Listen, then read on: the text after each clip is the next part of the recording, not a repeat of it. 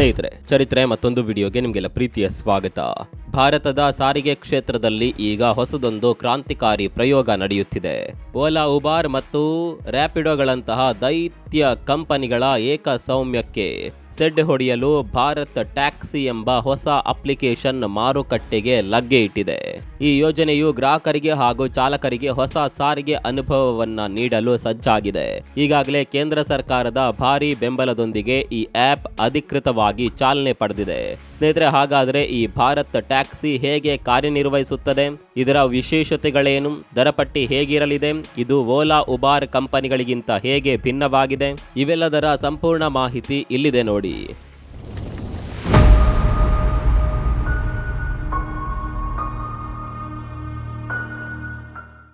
ಓಲಾ ಮತ್ತು ಉಬಾರ್ನಂತಹ ರೈಡ್ ಹೇಲಿಂಗ್ ಪ್ಲಾಟ್ಫಾರ್ಮ್ಗಳಿಗೆ ಪರ್ಯಾಯವಾಗಿ ಭಾರತ ಸರ್ಕಾರವು ಈ ಭಾರತ್ ಟ್ಯಾಕ್ಸಿ ಆಪ್ ಅನ್ನ ಉತ್ತೇಜಿಸುತ್ತಿದೆ.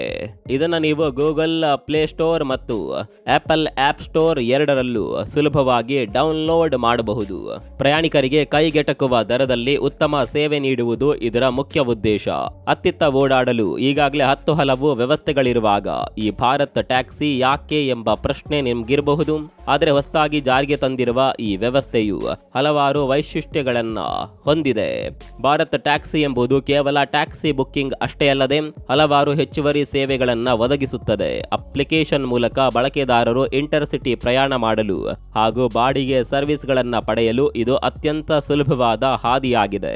ಇಲ್ಲಿ ಮೆಟ್ರೋ ಟಿಕೆಟ್ ಬುಕ್ಕಿಂಗ್ ಕೂಡ ಮಾಡಬಹುದಾಗಿದ್ದು, ಪ್ರಯಾಣಿಕರು ಅಪ್ಲಿಕೇಶನ್ನ ಕೆಳಭಾಗದಲ್ಲಿರುವ ಸೇವೆಗಳ ಆಯ್ಕೆಯನ್ನ ಟ್ಯಾಪ್ ಮಾಡಿದರೆ ಸಾಕು. ಈ ಅಪ್ಲಿಕೇಶನ್ ಸಂಪೂರ್ಣವಾಗಿ ಸಹಕಾರಿ ಮಾದರಿಯಲ್ಲಿ ಕಾರ್ಯನಿರ್ವಹಿಸುತ್ತದೆ ಮತ್ತು ಅತ್ಯಂತ ಕೈಗೆಟುಕುವ ದರದಲ್ಲಿ ಸೇವೆಗಳನ್ನು ನೀಡುತ್ತದೆ.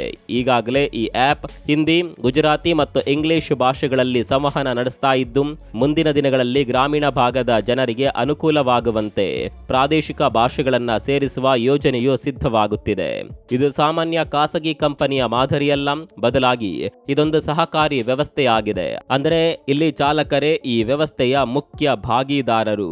ಕಂಪನಿಯ ಲಾಭಕ್ಕಿಂತ ಇಲ್ಲಿ ಚಾಲಕರ ಕಲ್ಯಾಣಕ್ಕೆ ಹೆಚ್ಚಿನ ಆದ್ಯತೆ ನೀಡಲಾಗಿದೆ. ಮೊದಲಿಗೆ ಚಾಲಕರು ಸದಸ್ಯರಾಗಿ ನೋಂದಣಿ ಮಾಡಿಕೊಂಡು ತಮ್ಮ ಚಾಲನಾ ಪರವಾನಗಿ, ವಾಹನದ ಆರ್ಸಿ, ಇನ್ಶೂರೆನ್ಸ್ ಸೇರಿದಂತೆ ಅಗತ್ಯ ದಾಖಲೆಗಳನ್ನು ಅಪ್ಲೋಡ್ ಮಾಡಬೇಕು. ಪರಿಶೀಲನೆ ಪೂರ್ಣವಾದ ಬಳಿಕ ಚಾಲಕರಿಗೆ ಆಪ್ನಲ್ಲಿ ರೈಡ್ಗಳು ಲಭ್ಯವಾಗುತ್ತವೆ. ಪ್ರಯಾಣ ಮುಗಿದ ನಂತರ ಪಾವತಿಯನ್ನ ಡಿಜಿಟಲ್ ಪೇಮೆಂಟ್ ಅಥವಾ ನಗದು ರೂಪದಲ್ಲಿ ಪಡೆಯಬಹುದು.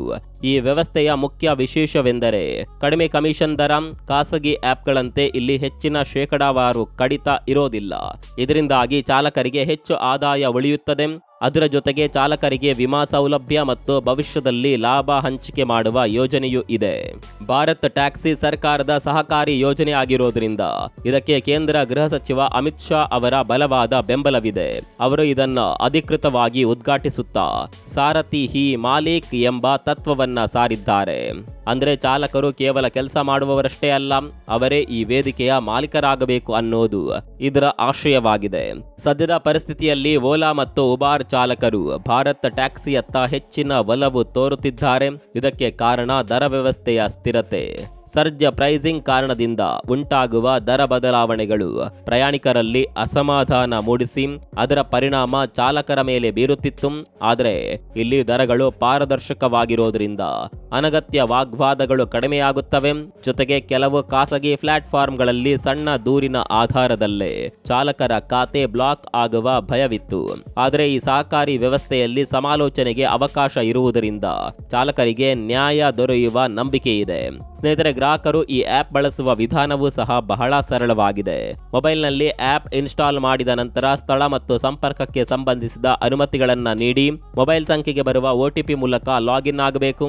ಮುಖಪುಟದಲ್ಲೇ ಟ್ಯಾಕ್ಸಿ, ಬೈಕ್, ಆಟೋ, ಬಾಡಿಗೆ ಹಾಗೂ ಮೆಟ್ರೋ ಟಿಕೆಟ್ ಬುಕ್ಕಿಂಗ್ ನಂತಹ ಆಯ್ಕೆಗಳು ಕಾಣಿಸುತ್ತವೆ. ನಮ್ಗೆ ಬೇಕಾದ ಸೇವೆಯನ್ನ ಆಯ್ಕೆ ಮಾಡಿ ಪಿಕಪ್ ಮತ್ತು ಡ್ರಾಪ್ ಸ್ಥಳ ನಮೂದಿಸಿದ್ರೆ ಅಂದಾಜು ದರ ಹಾಗೂ ಚಾಲಕರ ವಿವರಗಳು ಲಭ್ಯವಾಗುತ್ತವೆ. ಎಲ್ಲವನ್ನ ದೃಢಪಡಿಸಿ ಬುಕ್ ಮಾಡಿದ್ರೆ ನಿಮ್ಮ ಪ್ರಯಾಣ ಸುಖಕರವಾಗಿರುತ್ತದೆ. ಈ ಆಪ್ ಖಾಸಗಿ ಕಂಪನಿಗಳಿಗಿಂತ ಭಿನ್ನವಾಗಿರಲು ಕಾರಣವೇ ಇದರ ಕಡಿಮೆ ಕಮಿಷನ್ ನೀತಿ ಪ್ರಯಾಣಿಕರು ಕೊಡುವ ಮೊತ್ತದಲ್ಲಿ ದೊಡ್ಡ ಭಾಗ ಕಂಪನಿಗೆ ಹೋಗುವ ಬದಲು ಚಾಲಕರ ಕೈ ಸೇರುತ್ತದೆ. ಇದರಿಂದಾಗಿ ಪ್ರಯಾಣಿಕರಿಗೂ ಸುಮಾರು 30% ದರ ಕಡಿಮೆ ಇರಲಿದೆ ಎಂದು ವರದಿಗಳು ಹೇಳುತ್ತಿದೆ. ಭಾರತ ಟ್ಯಾಕ್ಸಿಯಲ್ಲಿ ಮಹಿಳೆಯರಿಗೆ ವಿಶೇಷವಾದ ಸ್ಥಾನವನ್ನ ನೀಡಲಾಗಿದೆ. ಸಾರಥಿ ಹಿ ಮಾಲಿಕ್ ಎಂಬ ತತ್ವದಡಿ ಮಹಿಳಾ ಚಾಲಕಿಯರು ಸಹ ಈ ಸಹಕಾರಿ ಸಂಘದ ಭಾಗಿಗಳಾಗಿರುತ್ತಾರೆ. ಅಂದ್ರೆ ಅವರು ಕೇವಲ ಕೆಲಸ ಮಾಡುವವರಲ್ಲ, ನಿರ್ಧಾರಗಳಲ್ಲಿ ಪಾಲ್ಗೊಳ್ಳುವ ಹಕ್ಕು ಹೊಂದಿರುವ ಸದಸ್ಯರಾಗಿದ್ದಾರೆ. ಇವರಿಗೆ ಸ್ವಂತ ಅಭಿಪ್ರಾಯ ವ್ಯಕ್ತಪಡಿಸುವ ಸ್ವಾತಂತ್ರ್ಯ, ಲಾಭ ಹಂಚಿಕೆಯಲ್ಲಿ ಪಾಲು ಹಾಗೂ ಸಂಘದ ನೀತಿಗಳ ರೂಪೀಕರಣದಲ್ಲಿ ಭಾಗಿಯಾಗುವ ಅವಕಾಶ ನೀಡಲಾಗಿದೆ. ಖಾಸಗಿ ಕಂಪನಿಗಳಲ್ಲಿ ಸಾಮಾನ್ಯವಾಗಿ ಇರುವಂತೆ ಹೆಚ್ಚಿನ ಕಮಿಷನ್ ಒತ್ತಡ ಇಲ್ಲದಿರೋದ್ರಿಂದ ಮಹಿಳಾ ಚಾಲಕರಿಗೆ ತಮ್ಮ ಆದಾಯದ ಮೇಲೆ ಹೆಚ್ಚಿನ ನಿಯಂತ್ರಣ ಸಿಗುತ್ತದೆ.